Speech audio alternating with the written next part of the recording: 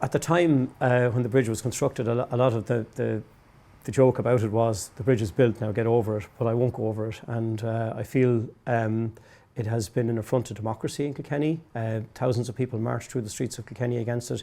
10,000 people signed a petition against it. As a public body, we should listen to public opinion, and the views were at the time that we really shouldn't be doing it. And I think other towns should learn a lesson from that, that if you have a public process and there's overwhelming public objection to a project, then it shouldn't proceed. I do think there's been a change in people's attitude to being part of consultations about trying to have their own voice heard. And if people get more involved, I think it's got a good outcome in the end.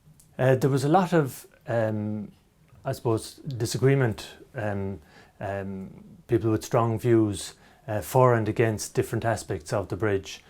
Looking around today, we have a completed bridge that's contributing very positively to how the city works.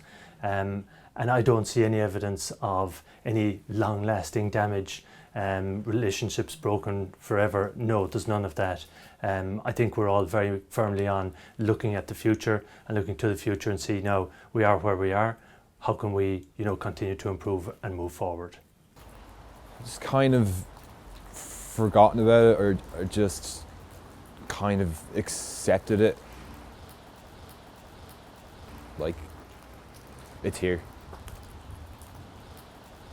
And people spend a lot of money on it.